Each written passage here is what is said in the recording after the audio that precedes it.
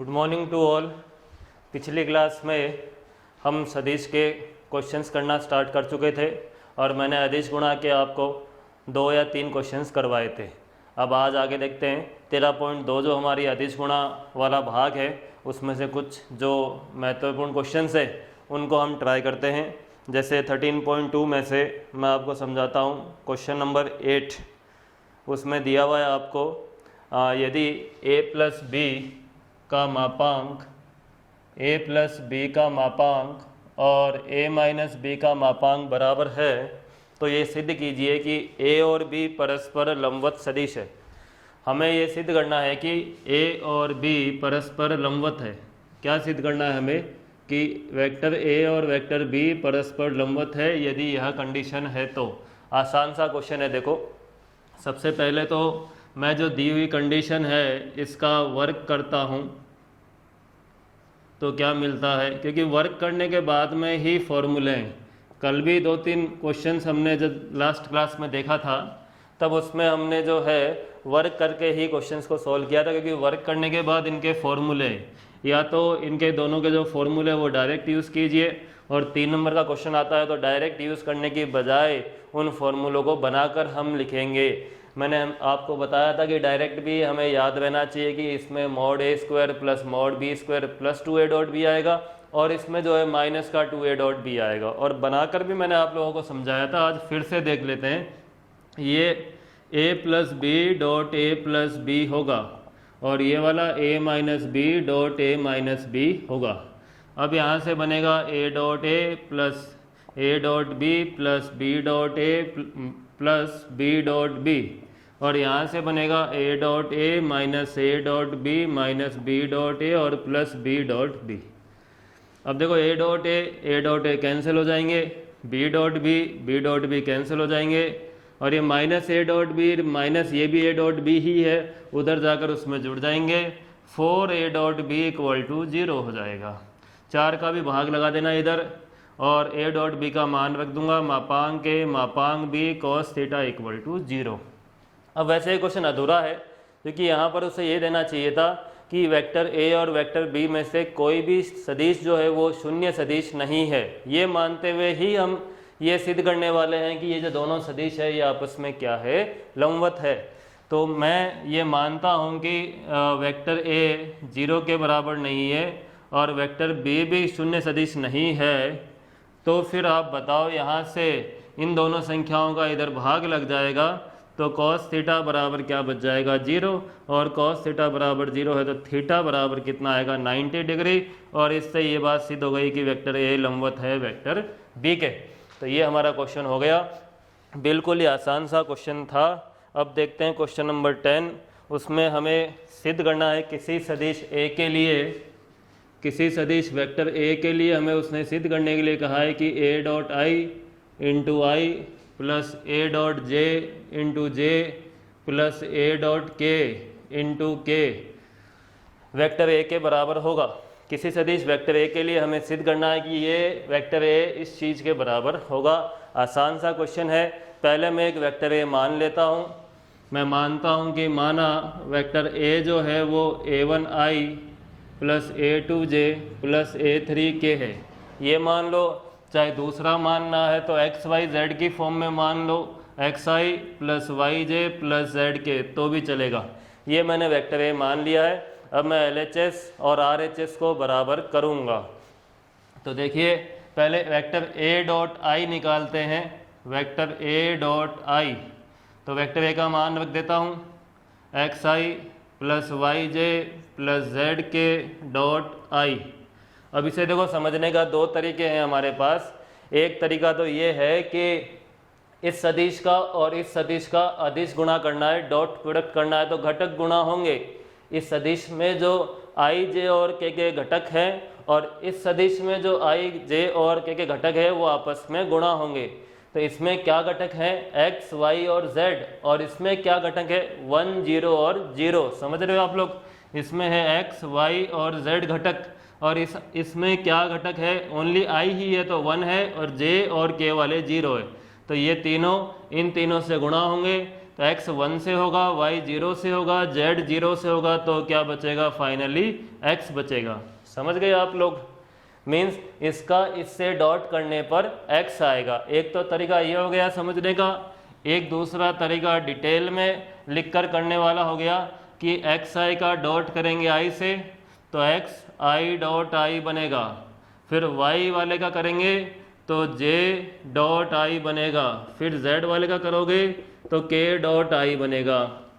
अब फिर आपको ये पता होना चाहिए i डॉट i 1 होता है, j डॉट i 0 होता है और k डॉट i 0 होता है। तो कुल मिलाकर लास्ट में क्या बचेगा? हमारे पास x बच जाएगा। ये तो आपको याद होगा ना कि i dot i, j dot j, k dot k 1 होते हैं और i dot j, j dot k और k डॉट i 0 होते हैं। और क्रॉस वाले मल्टीप्लाई की बात करूं तो i cross i, j cross j, k cross k ये 0 होते हैं और i क्रॉस j से k मिलता है, j क्रॉस k से i मिलता है, k क्रॉस i से j मिलता है। ये सब हमने डिटेल में पढ़ रखा है। चलिए, तो मैंने अभी a डॉट i का मान निकाला है, अब मैं जो है a डॉट j का निकालूंगा। आप लोग करिएगा, मैं सीधा लिखता हूँ, y आएगा ऊपर वाले की तरह ही या इसकी तरह ही, फिर आप निकालना a डॉट k का, वो आएगा z। अब इन तीनों के जो ये मैंने मान निकाले हैं मैं यहाँ रख देता हूँ।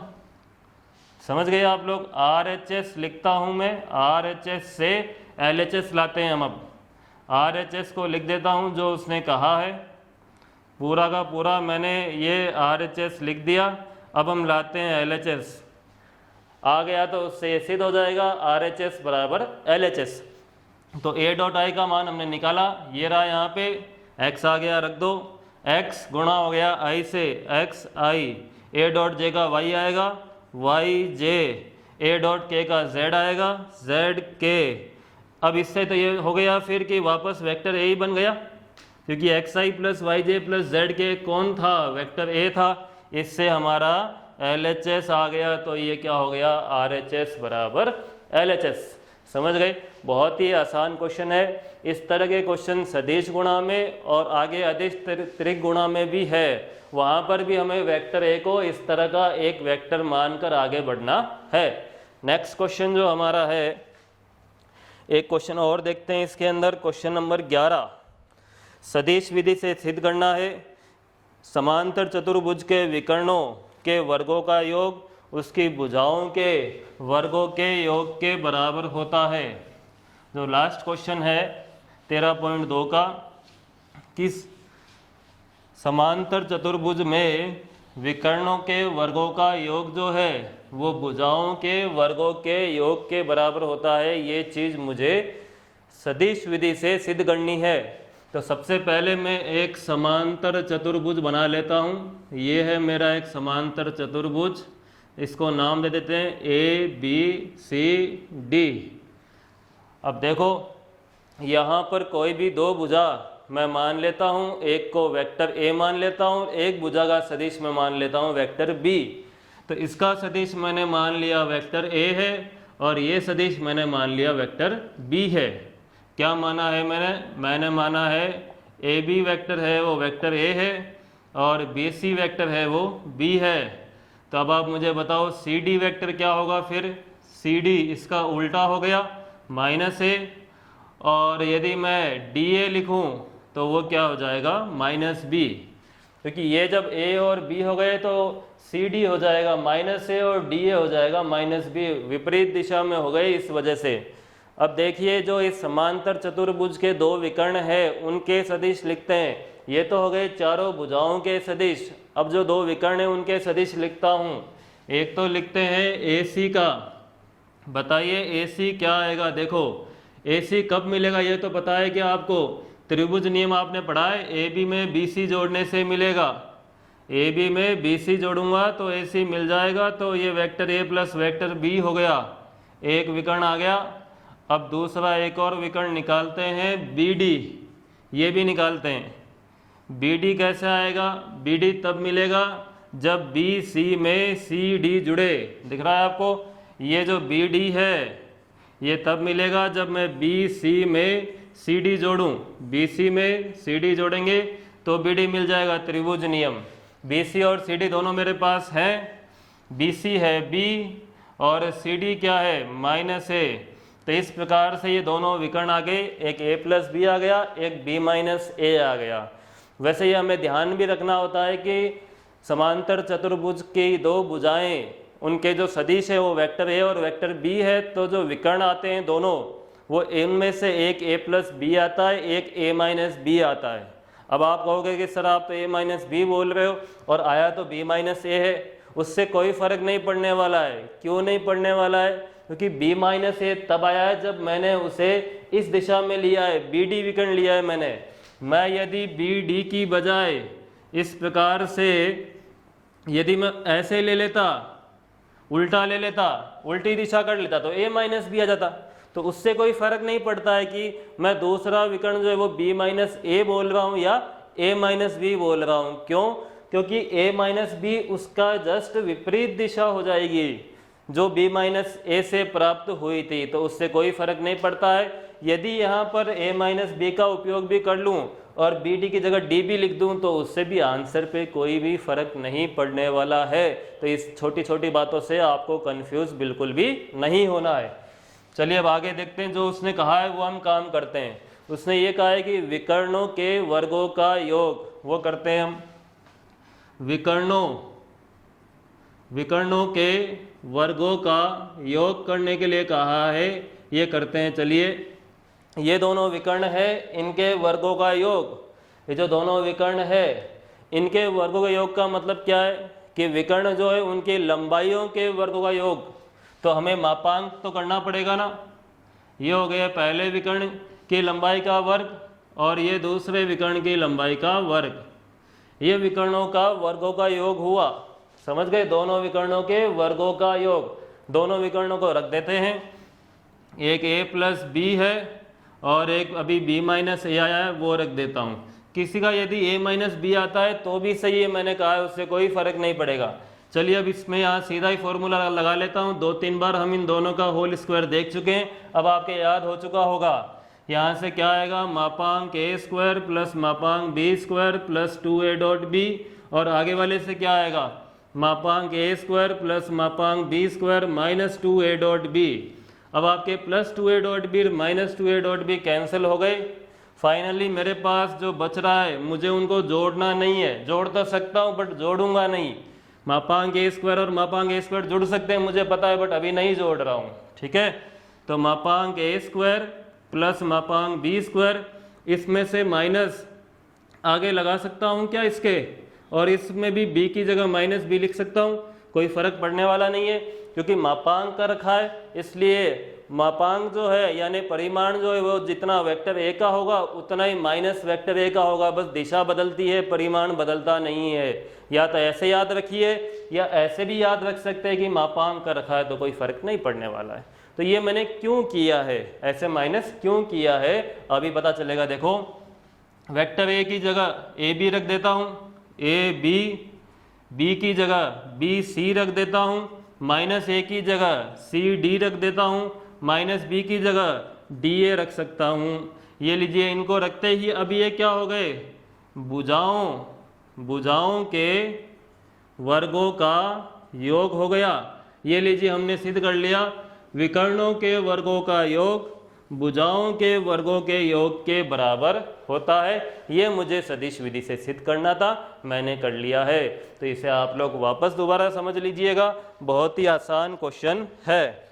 तो ये 13.2 में से कुछ क्वेश्चंस मैंने आपको समझा दिए।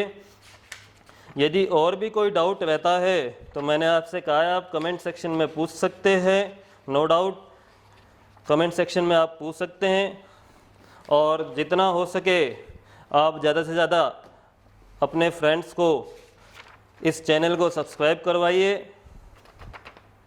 ताकि सभी को रिवीजन क्लासेस का बेनिफिट जो है वो मिल सके। चलिए अब 13.3 के कुछ क्वेश्चंस हम देखते हैं। मैंने आपसे पहले ही कहा है रिवीजन क्लास है तो हम सारे क्वेश्चंस तो नहीं देख सकते हैं, कुछ क्वेश्चंस मैं एक्सप्लेन कर रहा हूँ और उसके अलावा आपको कुछ पूछना हो तो आप पूछ सकते हैं। 13.3 का हम देखते हैं क्वेश्चन नंबर 3।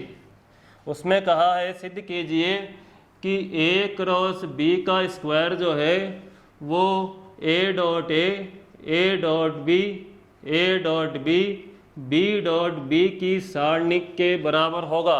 ये क्वेश्चन हम करते हैं। चलो LHS लेता हूं मैं। LHS में क्या है, ए क्रॉस बी का स्क्वायर।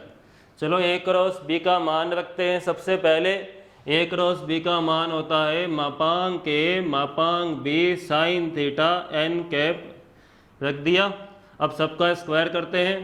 मापांक ए स्क्वायर मापांक B square sine square theta N cap का स्क्वायर, सबका स्क्वायर कर दिया मैंने, कोई दिक्कत नहीं आएगी। चलिए आगे बढ़ते हैं। अब मापांक ए स्क्वायर मापांक बी स्क्वायर साइन स्क्वायर की जगह 1 माइनस कॉस स्क्वायर रखना चाह रहा हूँ, रख दिया मैंने त्रिकोणमिति से।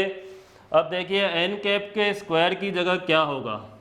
आपको पता है वेक्टर का स्क्वायर करने का मतलब क्या होता है। वेक्टर का स्क्वायर करने का मतलब होता है ए डॉट ए।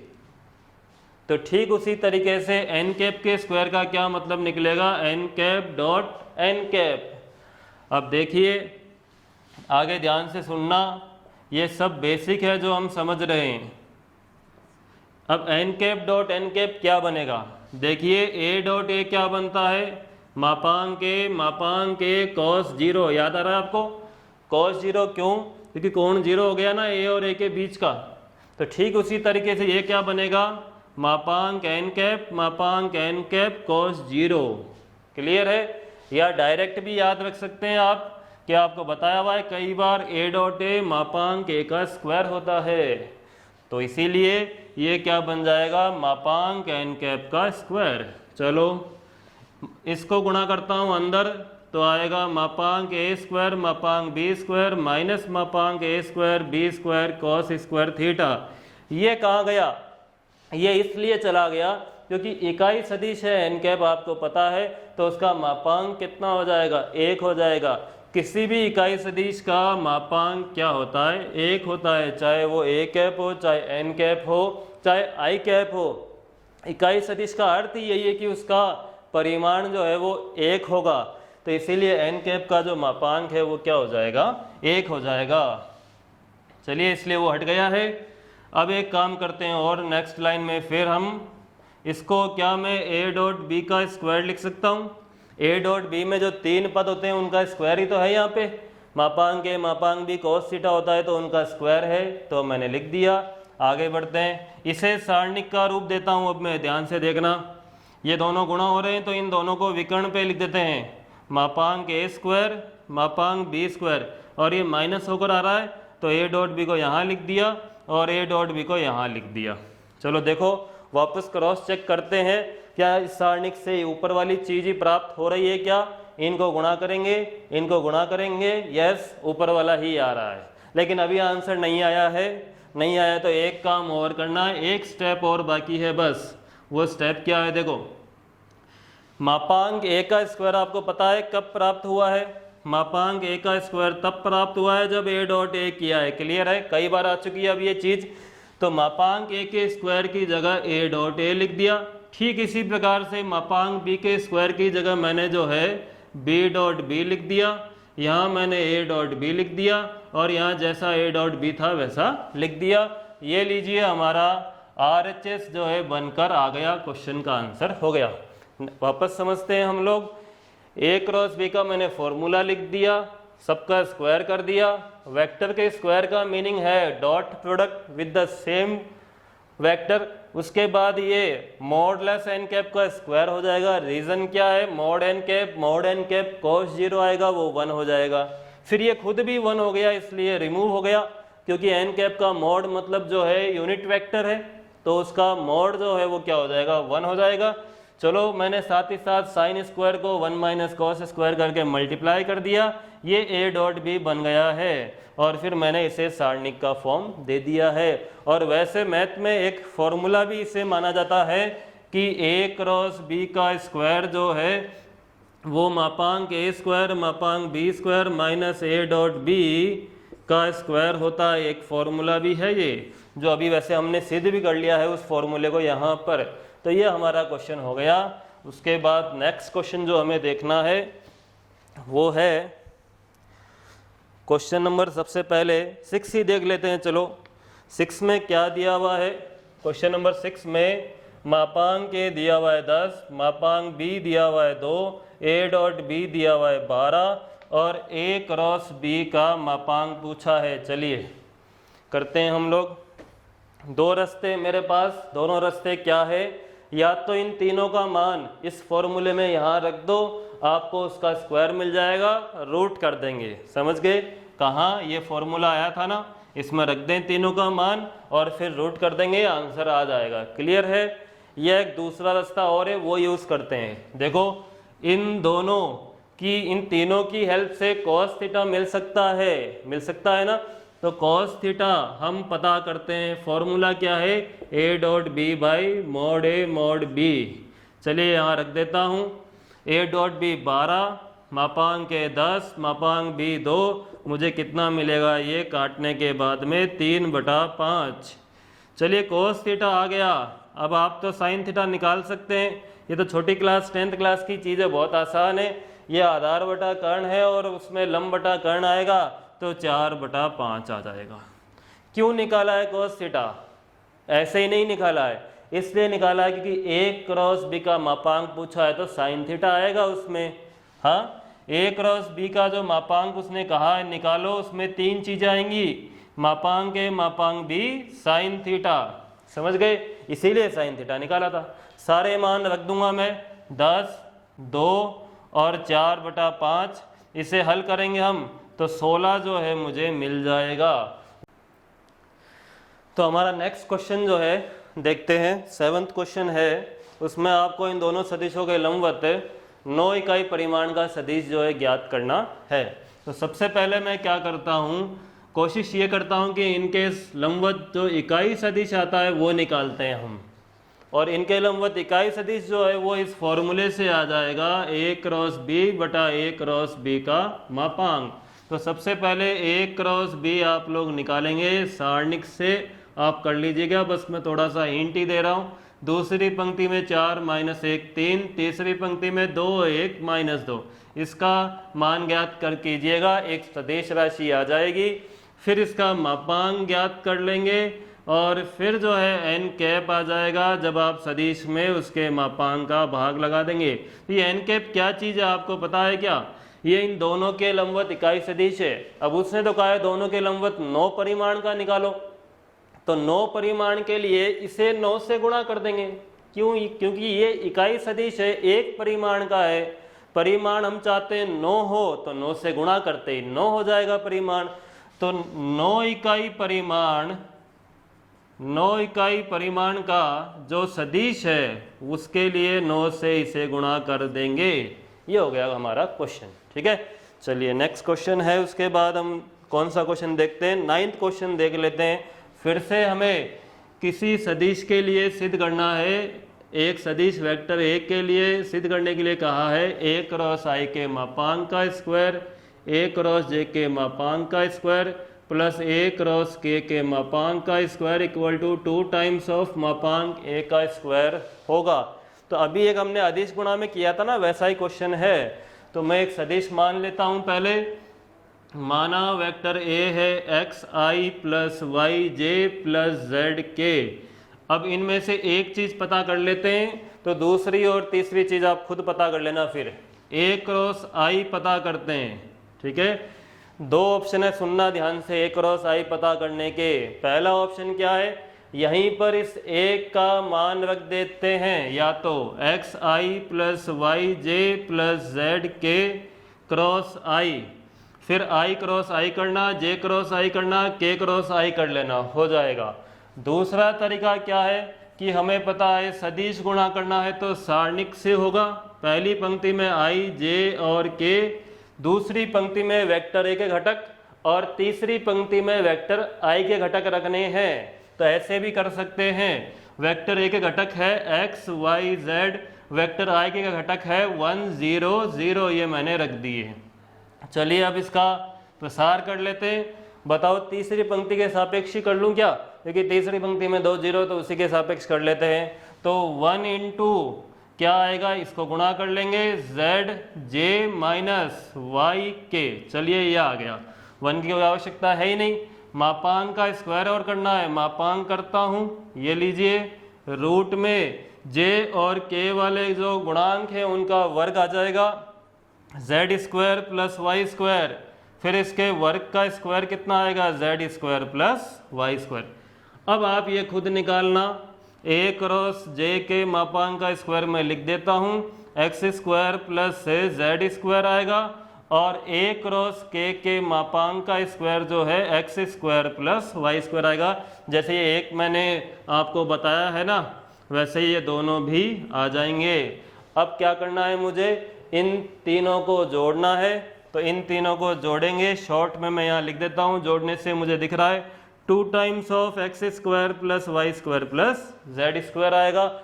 और आपको पता है यहाँ से मापांक ए कितना आएगा, root X square plus Y square plus Z square आएगा। तो ये क्या प्राप्त हुआ है, 2 टाइम्स ऑफ मापांक ए का स्क्वायर यानी RHS आ गया। तो इस प्रकार का जैसा एक अदिश गुणा में क्वेश्चन था, वैसा ही एक सदिश गुणा में भी ये क्वेश्चन है। नेक्स्ट क्वेश्चन फिर हमें कौन सा देखना है, एक ये त्रिभुज के क्षेत्रफल वाला पूछा हुआ है, वो आप लोग खुद सॉल्व कर लीजिएगा, फॉर्मूला बेस्ड है, उसमें कुछ भी ज़्यादा नहीं करना है हमें।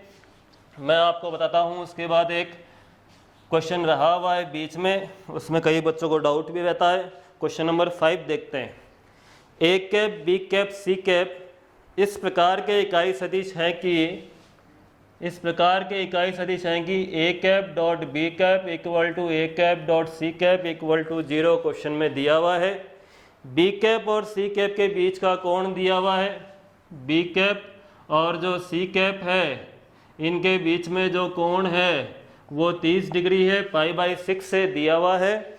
और कहा हुआ है सिद्ध कीजिए A cap is equal to plus minus 2 times of B cross C. ये सिद्ध करना है हमें, A cap is equal to plus minus 2 times of B cap cross C cap. चलो क्वेश्चन को करते हैं। अब ये सिद्ध करना है और ये दो बातें दी हुई थी। पहली चीज़ को उठाते हैं, उसने हमें दिया था A cap dot B cap equal to A cap dot C cap equal to 0। बताओ अदिश गुणा 0 है, इससे क्या बात निकल कर आएगी कि सदिश कैसे हैं, आपस में लंबवत है। तो इसका मतलब क्या हुआ कि ए लंबवत है बी के, और इसका क्या मतलब हुआ कि ए लंबवत है सी के। और इन दोनों से क्या चीज़ निकल कर आती है उसको समझते हैं। देखिए ए लंबवत है बी के और ए लंबवत है सी के, तो मैं क्या कह सकता हूँ, ए दोनों के लंबवत हुआ, यानी कि ए जो है बी व सी के लंबवत है। क्लियर है, सुनना ध्यान से। ए लंबवत है बी के, ए लंबवत है सी के, यानी ए दोनों के लंबवत है, बी और सी दोनों के लंबवत है। अब आपको पता है बी और सी दोनों के लंबवत एक और आता है, उनका सदिश गुणा आता है। जैसे मैं कहूँ ए और बी हो तो उनके लंबवत कौन आएगा, इनका सदिश गुणा करने से जो सदिश आएगा वो इन दोनों के लंबवत होगा। तो मैं ये कह सकता हूँ क्या, इसका मतलब ये हुआ कि ए कैप और B cap cross C cap समांतर होंगे। इस बात को समझना थोड़ा सा, यहीं से टर्निंग पॉइंट आएगा।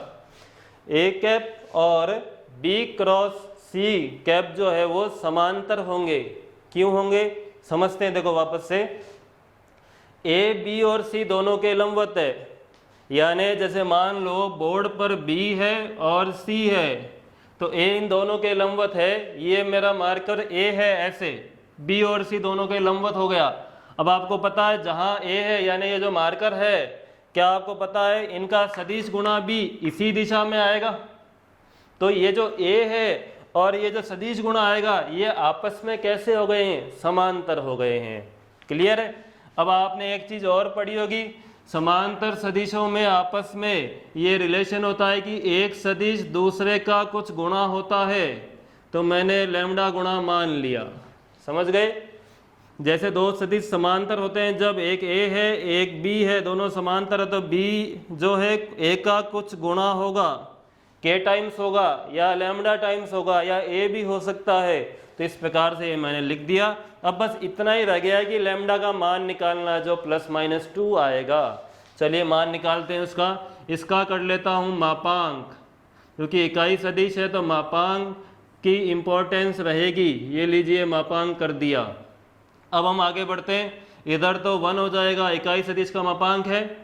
इधर जो है इसका मान रखता हूँ मापांक बी कैप मापांक सी कैप साइन थीटा। आगे फिर बढ़ते हैं।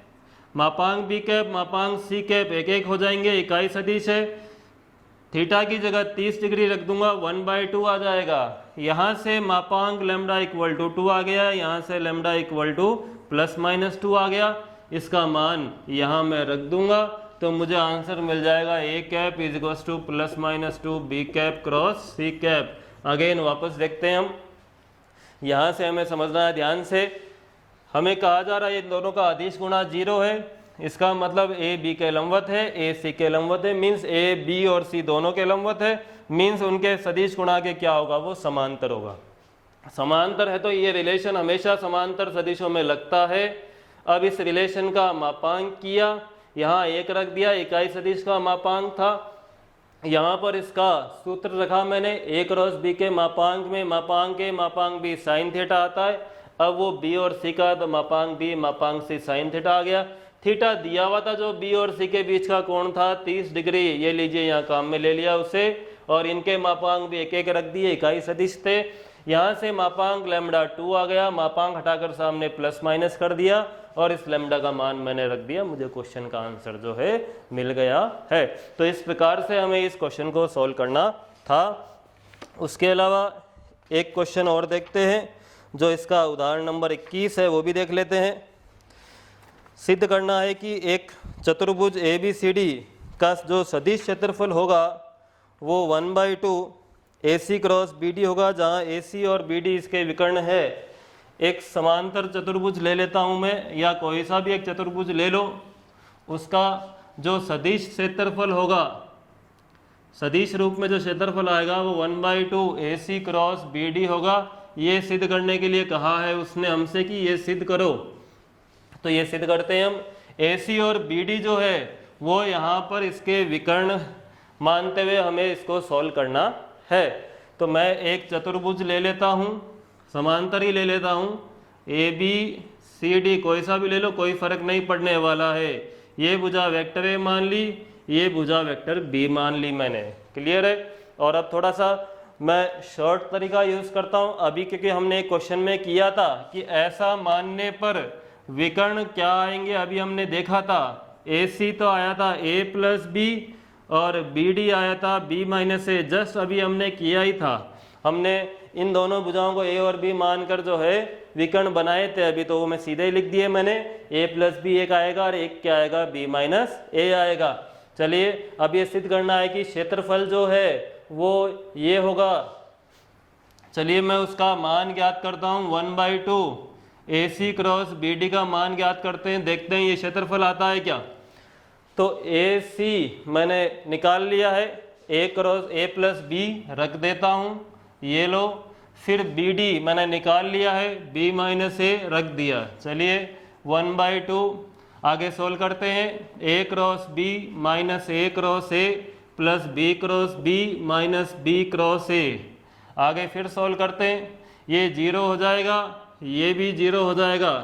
समांतर सदिश समान सदिशों का सदिश गुणा 0 होता है।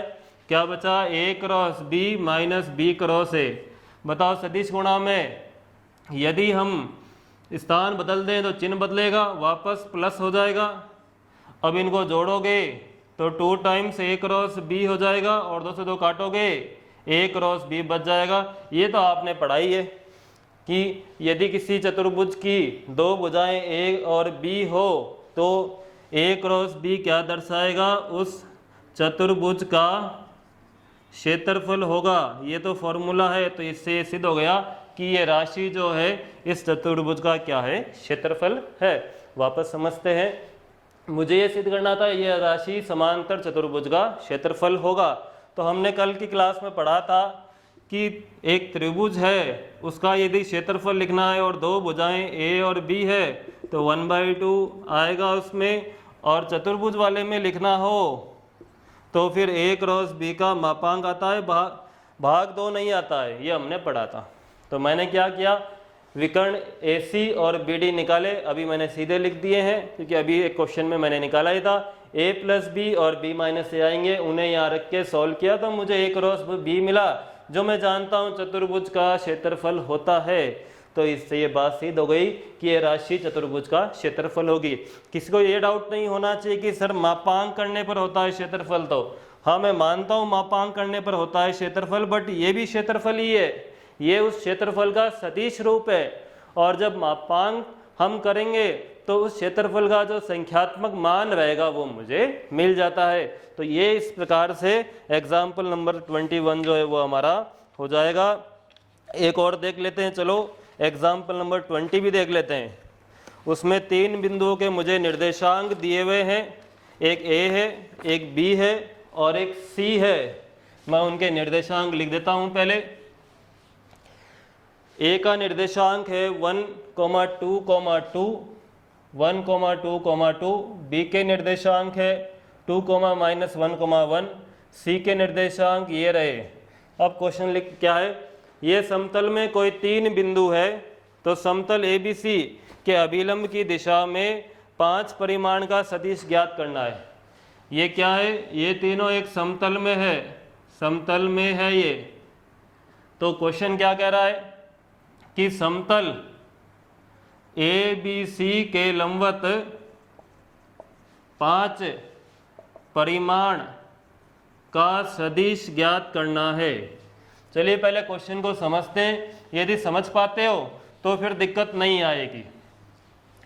3 हमें बिंदु दिए गए हैं एक समतल में, ये तीनों बिंदु एक समतल में है। जैसे इस बोर्ड पे है, मान लो इस बोर्ड पे तीनों को लिख देता हूँ, A को यहाँ लिख दिया, B को यहाँ लिख दिया, C को यहाँ लिख दिया। मैंने कहीं भी लिख दो कोई फर्क नहीं पड़ेगा, इस बोर्ड पे मैंने लिख दिया इनको एक समतल में। अब मुझे क्या कहा गया है, ये जो समतल है ABC से जो बना है, यानी ये जो बोर्ड बना हुआ है, इस बोर्ड के लंबवत 5 परिमाण का सदिश चाहिए। क्या चाहिए, इस बोर्ड के लंबवत सदिश चाहिए जो 5 परिमाण का होना चाहिए। तो अभी एक क्वेश्चन में जैसे 9 परिमाण का नहीं निकाला था क्या, तो उससे पहले आपको किसकी जरूरत पड़ी थी, इकाई सदिश की। तो ठीक इसी तरीके से इस समतल के लंबवत मैं पहले निकालूंगा इकाई सदिश, फिर कर देंगे उसका 5 गुणा। क्लियर है। अब उस समतल के लंबवत इकाई सदिश चाहिए तो उस समतल के 2 सदिश चाहिए मुझे, है कि नहीं। हाँ आपको पता है ना, आपको इस समतल के 2 सदिश पता होते हैं तभी तो इस समतल के यानी बोर्ड के लंबवत इकाई सदिश आप इस फॉर्मूले से निकालते हो। नहीं निकालते हो क्या, जब आपको ये पता हो कि इस बोर्ड पे ये 2 सदिश है तो इस बोर्ड के लंबवत जो इकाई सदिश आएगा वही सूत्र से हम निकालते हैं। तो वही काम यहाँ भी करना है, पहले मुझे बोर्ड के लंबवत इकाई सदिश निकालना है, फिर उसका 5 गुणा करना है। अब वो इकाई सदिश के लिए पहले बोर्ड में स्थित, इस बोर्ड पे स्थित 2 सदिश चाहिए। क्या चाहिए, इस बोर्ड पे स्थित 2 सदिश चाहिए। तो वो 2 सदिश मैं लेता हूँ। अब कैसे लूँ, इन 3 बिंदुओं से लूँगा, कोई भी 2 ले लो, चाहे AB AC ले लो, चाहे BA BC ले लो, चाहे CA CB ले लो, आंसर पे कोई फर्क नहीं पड़ेगा। ध्यान से सुनना, कोई भी 2 सदिश लेने हैं, मैं ले लेता हूं BA और BC। क्लियर है। तो BA और BC को निकालते हैं पहले। अब BA और BC कैसे आएंगे, BA के लिए A में से B को घटा लूंगा और BC के लिए C में से B को घटा लूंगा और IJ से गुणा कर लूंगा। चलिए BA के लिए A में से B को घटा लेना और IJ से गुणा कर लेना, यानी कि 1 - 2I 2 + 1J 2 - 1K। सॉल्व करेंगे -I + 3J + K। BC के लिए C में से B घटाते हैं, कितना आएगा, -1 - 2I + -2 + 1J + 3 - 1K। तो क्या बना, -3I - J + 2K। ये आ गए दोनों सदिश BA और BC जो इस बोर्ड पे जो इन 3 बिंदुओं से आए। अब इनके लंबवत इकाई सदिश निकालते हैं, सूत्र से निकाल लेंगे BA क्रॉस BC बटा मापांक BA क्रॉस BC, और फिर इसका 5 गुणा कर लेंगे। क्वेश्चन को फिर से समझो, रटने से काम नहीं चलेगा, क्वेश्चन समझ में आएगा तो ही काम हो पाएगा। हमें 3 बिंदु दिए हुए थे, इनके लंबवत 5 परिमाण का सदिश चाहिए। तो एक्चुअल में करना क्या है कि इन 3 बिंदुओं से बस आपको 2 सदिश लाने हैं, तो वो 2 सदिश ही लाने हैं, वही चीज़ मुझे पता होनी चाहिए। तो मैंने 2 सदिश लाए हैं BA और BC। अब इनके लंबवत मैं इकाई सदिश निकाल लूंगा और 5 परिमाण के लिए 5 से गुणा उसे कर दूंगा। समझ गए? फिर से सुनो, जैसे वेक्टर A और वेक्टर B इस बोर्ड पे होते हैं तो इनके लंबवत इकाई सदिश आप इस फॉर्मूले से निकालते हो ना। अब फर्क क्या है कि A और B की जगह वो सदिश क्या है, BA और BC है, तो फॉर्मूले में BA और BC आ जाएंगे। क्लियर है? तो अब आगे बढ़ते हैं। BA ये रहा, BC ये रहा, इनका सदिश गुणा करना है। तो अब मैं ये आप पर छोड़ दूं क्या, BA और BC का आप सदिश गुणा करेंगे I J K, दूसरी पंक्ति में BA -1 3 1, तीसरी पंक्ति में BC ये रहा BC -3 -1 2। अब आप इसे हल करेंगे, क्या मिलेगा मुझे मिलेगा 7I मिलेगा, और ये गुणा हो जाएंगे -2 + 3, तो मुझे कितना मिल जाएगा, यहाँ से माइनस का J और प्लस K के साथ में 10K आ जाएगा। ये आ गया इस सदिश।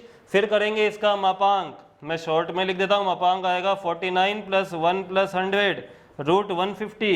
फिर भाग लगा देंगे, n कैप आ जाएगा 7I - J + 10K बटा √150। फिर 5 परिमाण का चाहिए ना, तो इसको 5 से हम गुणा कर लेंगे। तो इसमें बिल्कुल आपको कोई भी डाउट नहीं रहना चाहिए। अच्छा, किसी को ये डाउट तो नहीं है ना कि सर बुक में तो इससे अलग आया है, बुक में तो -7I है +J है और -10K, तो इससे बिल्कुल डाउट नहीं होना चाहिए।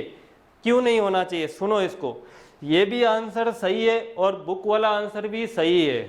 कैसे? इसलिए सही है क्योंकि इसने बस इतना कहा था कि इस बोर्ड के लंबवत 5 परिमाण का सदिश दो, तो बुक ने भी वही दिया है, हमने भी वही ज्ञात किया है। फर्क इतना ही है कि उस वाले में माइनस आ रहा है, हमारे वाले में माइनस नहीं आ रहा है।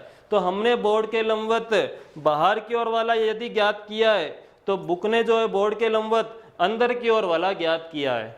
उसकी सदिश की दिशा हमारे वाले सदिश की दिशा से जस्ट विपरीत है हमारा वाला भी बोर्ड के लंबवती और उसका सदिश भी बोर्ड के लंबवती है। बस ये कि हमारे वाले सदिश की दिशा बाहर की ओर है तो उसके वाले सदिश की दिशा अंदर की ओर है, क्योंकि हमने इनसे BA और BC सदिश बनाए थे इन 3 बिंदुओं से, और उसने ये न बनाकर दूसरे सदिश बनाए हैं बस। लेकिन कंसेप्ट उसका और हमारा एक ही है कि इन 3 बिंदुओं से 2 सदिश प्राप्त करके और बाद में क्वेश्चन को सॉल्व किया जाएगा। तो अच्छा क्वेश्चन था, समझने लायक था, रटकर आप लोग जो है काम नहीं चला सकते हैं। वही लंबवत सदिश वाला ही क्वेश्चन है और इसके अंदर कुछ भी नहीं है।